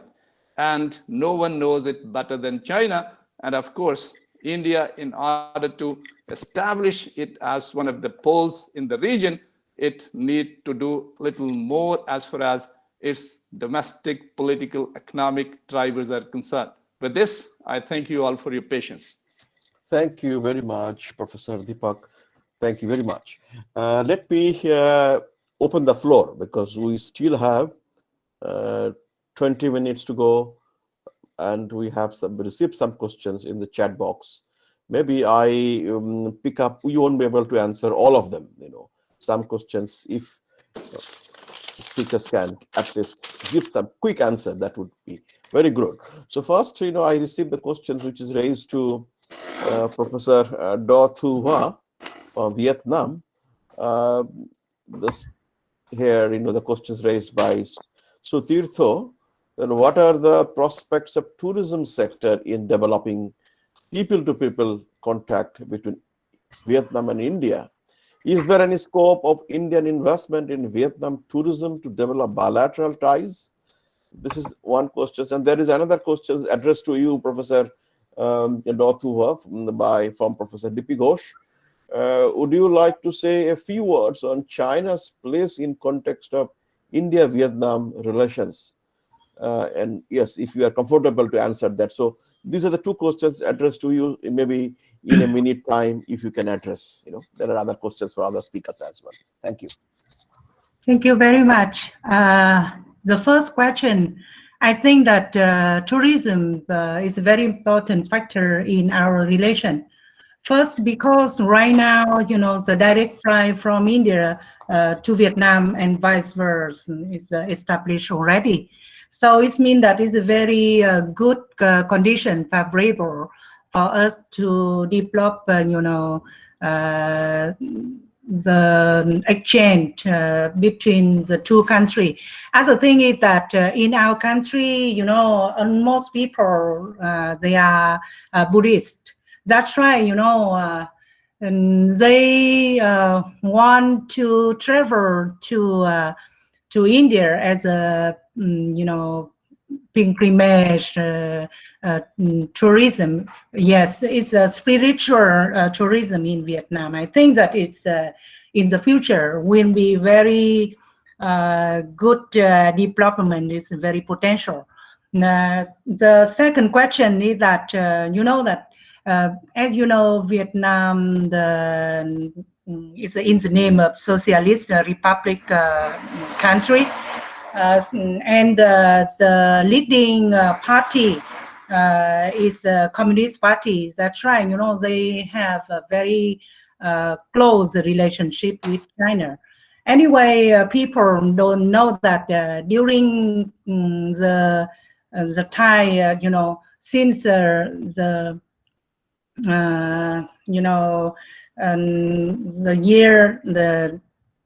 even before, it's before Christ, in Vietnam, only 2,000 years, we have 217 wars, and among which is 183 with China. Okay, it's a figure. I don't say anything, but you know that something like that, and 1,000 years of domination of China in Vietnam is something unforgettable. And Vietnam people, and you know that we are ancestor worshipping, right? So it means that every year, even in my family, we have a lot of material in the world, and we, offer them the food every day. So it means that, we have the world and we have the enemy. We don't have enough finger to count our enemy. We never forget, but we forgive. It's a different thing, That's right, that another thing is that, as you know, we have a very long border between the two countries, and we have, the trade exchange between the two countries is very important for our economy. And we believe that, everyone have something to put on the table. We cannot deny that our neighbor have some issue. It's a neighbor issue. Every country has something like that, right? So even between Vietnam and China, or India and China and other countries, we have a lot of disagreement and contribute, right? It's something like that. So I think that Vietnam people, Vietnamese is the peace lover. We know the value of life. We don't want to have a peace, have a war with anyone. And then that's right, that we try to keep everything under control. And we want to have a negotiation. We want to have a dialogue. We don't want to have a war.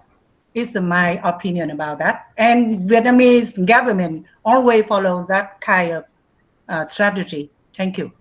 Thank you very much. Thank you. Next question, Professor Ghosh, would you like to say anything? No, I just thanked her. Thank you. Thank you. Thank you. The next questions is actually addressed to Dr. Mala from Malaysia. If you are still here, can you answer the questions? Are you here with us? I am. I am Yeah. here. So Yeah. please, it's just actually I raised it to you. So what is the Malaysia's position, on the Indo-Pacific and Quad? Yeah. Quad Okay. is the security dialogue and security arrangement, and Indo-Pacific is something bigger than Yeah. the Quad. So what's the Yeah. Malaysia's position on this too? I think, Quad seems to be very US dominant. And by extension, anything that is US dominated seems to be something that Malaysia never favors. So that would indicate where Malaysia's position is. And I think Malaysian foreign minister has said it quite clearly that Malaysia is China friendly. And because Quad is seen as something that is anti-China, or in a movement to fix China, Malaysia will probably refrain from uh, being cordial to the Yeah. Quad arrangement. So I think my immediate response would be it is going to be non-committal to that, because it is seen as American dominance. I think the pro-friendly China-friendly policy is seen throughout, despite the fact that Malaysia has this ongoing dispute in the South China Sea. But if you compare Malaysia's stance against China in comparison to the Philippines or even Vietnam, Malaysia has never been confrontational. Malaysia has always said we need to negotiate this, we need to be able to, discuss it. So there's always been this overarching need to want to play to Chinese politics. Even in the case of the Uyghurs, Malaysia, which is seen as a very pro-Islamic group, because which is one of the reasons why Malaysia has always looked at India as is slightly different, because Malaysia seems to be pro-Pakistan sometimes, especially under ministers like Mahathir Mohamad. So the thing about China is Malaysia has never been confrontational, and Malaysia has also stand to gain a lot from China in terms of the free trade agreements, as well as Yes. now with China being number one trade partner, Well etc. taken. Yes. So we have tried to keep that relationship in a way that we never tilt the balance away. Yeah, so that's my response. The other Yes. one I think was Professor Lee's question in the context of the ongoing tension between India and China on Malaysia's view adopted by India to check China across the borders of the two countries. Again, I think Malaysia would never undermine its cordial, or rather, friendly relationship that it has had with China, despite the fact that for the longest time there was a closed door policy. It was only after the ping pong diplomacy and so on we have warmed up to China. But I think when it comes to undermining Chinese policies, Malaysia is very, very cautious.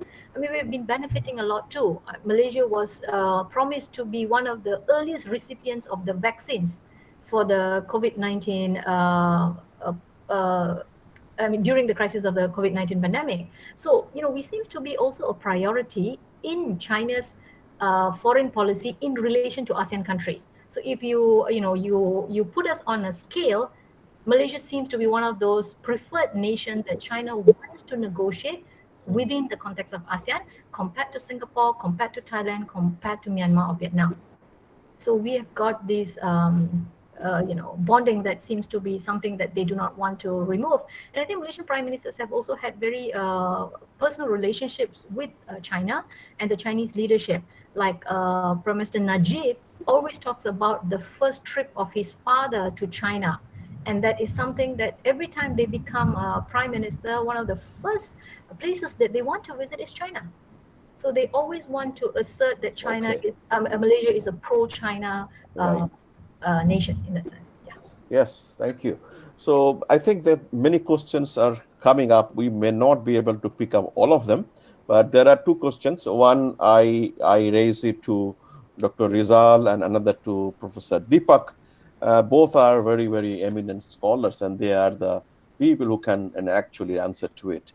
One is what is the ASEAN's position, Dr. Rizal, on in the Pacific and Quad? You have heard that Professor from Malaysia view, and then what? How do you look at that?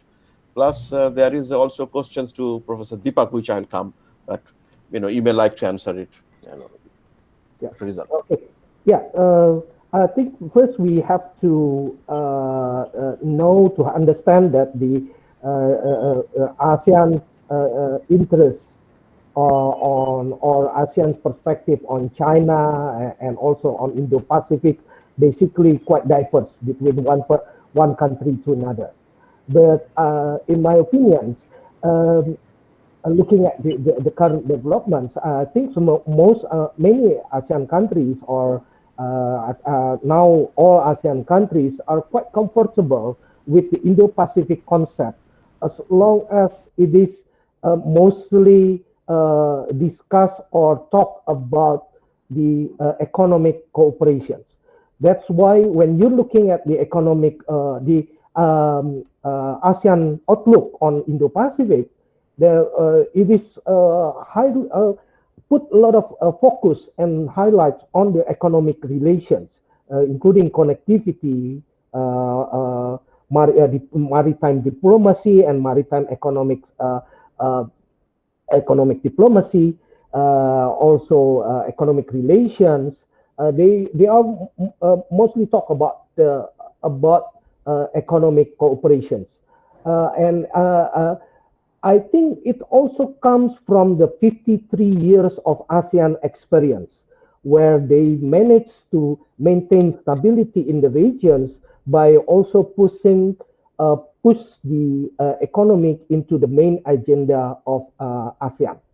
The last the big conflict in ASEAN or in Southeast Asia countries was around 30 years ago, or no, more than 40 years ago. And then after that, we never really seen any big conflicts, especially cross-border conflicts in ASEAN. Correct me if I'm wrong, but by highlighting economic cooperations, ASEAN try to also come up with an agenda that can also be inclusive to all other countries in the region, including also China. That's also another part of the Indo-Pacific agenda from ASEAN that might be different than other Indo-Pacific proposal on Indo-Pacific. But with Quad, it seems that it's totally focused on security and geopolitical issues. And and as I mentioned before, the interests, aspirations of ASEAN countries are quite diverse, especially on those issues, on security issues and geopolitical issues. So that it would be quite difficult for ASEAN as an entity to come up with a position on similar to what Quad already has been as discussed so far. Of course, the Indo-Pacific outlook from ASEAN might also be expanded to include all other aspects, including also security and political issues. But I think it would take time, and I think the ASEAN countries need to be sure first that the current agenda that's mostly on the economic issues can also be accepted by their partners in the region first before going into broader areas of cooperation. Thank you, Professor Rizal. There are two clarifications given to raised by our panelists, esteemed panelists. So I can answer one of them, raised by Dr. Thin Lat from Myanmar. So actually, that submarine is given to Myanmar on gift. It is not sold to Myanmar, just a gift. So this is, if you have any further information, please send out a mail to our ambassador to Yangon, Ambassador Saurabh Kumar, who will give more for the details. The other questions which have come which I will raise, if we have a time, to all other panels. With that, I go to the final questions, and that should be a conclusion from the session to Professor Deepak. That you have seen it, that what in the multipolarity, what the diplomats they tell us, that there is no permanent friend, there is no permanent enemy. So what do you think that how the Foreign Office should do to repair the India-China, the bilateral relations? A stronger relation between India and China would be good, or high implications in that way the entire region. So what do you think that what the diplomats and Foreign Office should do? So we need to listen to the professor. Thank you for the question. I think at this point in time, if we look into the context of present and ongoing border conflict, the onus lies with China clearly, because it was China which assembled forces near the border. It is China which altered the status quo. So the best way possible to resolve the present stalemate or standoff is to disengage and then go back to your earlier position. I think China has to do that. And if it doesn't do it, then of course we are going there for a long haul, and it will sap our resources, economic resources, human resources, so on and so forth. And secondly, I think China should be watchful, because it has been asking India to halt its infrastructure, border infrastructure. And let me share with the audience that China has built 90,000 kilometers of roads inside Tibet and Xinjiang. And how do you compare them building one, this dollar-big oldie road by India and posing a challenge to China? And thirdly, China doesn't accept Ladakh, as a part of Indian territory. That is problematic, and it expects India to adhere to one China policy. So, which is extremely difficult. And fourthly, is China's pivot to Asia. I mean, you see its military alliance with Pakistan. What is this? This is anti-India. It is pinning India down to South Asia.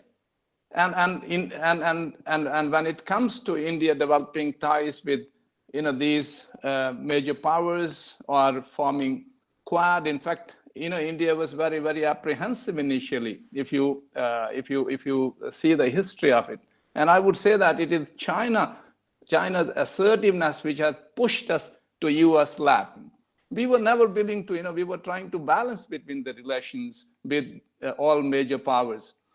And secondly, I think having done that, if both of us disengage from the present position and go back to the status quo of April 2020, so then I think there is the next step. And the next step would be, one, I think we need to be having a robust people-to-people contacts. And that is the first approach of building robust political or economic ties. If you don't have robust people-to-people ties, and I think we should be revisiting the civilizational dialogue between India and China, because I'm a strong votary of circulatory movement of ideas, people, technology, because it is under this ambit that innovation takes place, new ideas are formulated. And I will give you just one example, that it was this circulatory movement of peoples, that entire repository of Buddhist literature was created not only in East Asia but also Southeast Asia, and then it moved to other entire Buddhist canons. So they were built on the premise of this circulatory movement of ideas. So this is very, very powerful tool which India and China, they need to build upon. And finally, I think as far as economic engagement is concerned, it has to be very, very pragmatic. India should know where to allow Chinese investment, and China should also know what are the sectors it should be eyeing in India, not just going into digital India or fin India. I think there has been a mistake from the Indian side, and now they have realized that it is too late to chuck China out of these domains, areas. And I think finally, I think it is extremely difficult to decouple if the government of India believes that, India would be decoupling from China, US would be decoupling from China. I think then it is highly unrealistic, according to me. You see what is happening to the telephony market in India. I can give you the example that, just a couple of years back, the Chinese telecom market share, especially telephone, it was just not even 10%, now it has rose to almost 76%. And where is decoupling, in this sector? There is no decoupling. No one is talking about. So therefore, we have to identify what are the supply chains that could be shifted or integrated into Indian supply chains or make in India programs. So there has to be a strategy. I think we have to build a long-term, sustainable, goal-oriented China policy. That would be my advice to foreign office. Okay. Thank you. Thank you very much. Thank you. Let me congratulate to all of you for an excellent presentations. We could not pick up the questions raised by one of our panelists, Ms. Fernando, but to me, it is a collective security model is good, and that's for the Sri Lanka, because it is an island nation, and there are many, many other challenges, not just security. You also face with disasters, climate change, agriculture, food. So I think it's a collective one, personal view. But as you know that your foreign office, your of people in the senior higher up, they have different views might be. So thank you very much once again to all the speakers. 2 hours, 120 minutes, 7 speakers, given very, very rich, thought-provoking presentations, and I congratulate once again to them. Before I close, I'm not going to summarize. Difficult for me to summarize much vast discussion that we had. I would like to request Professor Jayanta Kumar Roy to give some last word for the session, so that we panelists can take away to your wisdom to back home. Sir, can you hear us? It's very difficult to offer words of wisdom when you try to be truthful. If you try to be truthful, for instance, with regard to India-Bangladesh relations, or with regard to India-Sri Lanka relations, we have to offer some hard truths. And I don't want to do that and thereby disrupt the atmosphere of amity and collaboration that has grown up in course of 2 days of productive discussion planned wisely by Professor Lipi Ghosh and her colleagues. I know this is an evasive answer to your question, but I don't think, being a truthful man, I can go far. Thank you very much, sir. Thank you. With that, I close this session. I thank once all of you again for joining this panel, special panel on India's Turkish policy and its powerful neighbors. I hand over the mic to Professor Ghosh. Thank you. Thanks to Dr. Prabir Dey for very efficiently steering the session as chairperson. And thanks thanks to all the speakers and also to our chairperson for very productive discussion and opinions as we shared. And on behalf of Indian Association for Asian and Pacific Studies, I just want to make an announcement that out of this panel, we are thinking to bring out one volume that is a book, full-fledged book. So we will officially contact you for your contributions. And right now, I would request our secretary, Dr. Sharbani Gupta, to make an announcement, because we have a journal also, and Dr. Gupta wants to make an announcement about that.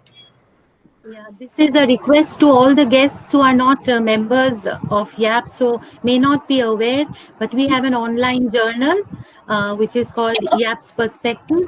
It is peer-reviewed journal, so we would be very happy if anyone, any of the guests would like to contribute articles to it.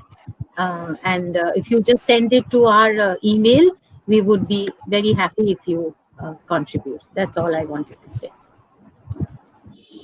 Actually, I am just now posting our website in the chat box. That is, sorry, I made four W's. It should be www.iaps.org.in. So if you please access the website, you can get our email and also get copies of the previous publications and journals and about the conferences also. So it is our humble request that please be with us academically so that we can strengthen ourselves.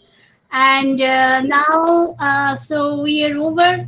So there is actually for technical purpose, we need to rest for some time our mechanism. So that way will be back here at 4:30.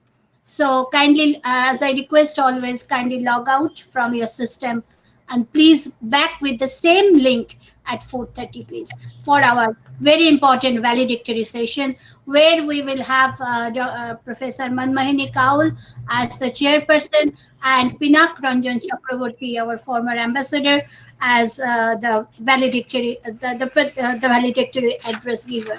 So we'll be meet you at 4:30, please. Thank you very much.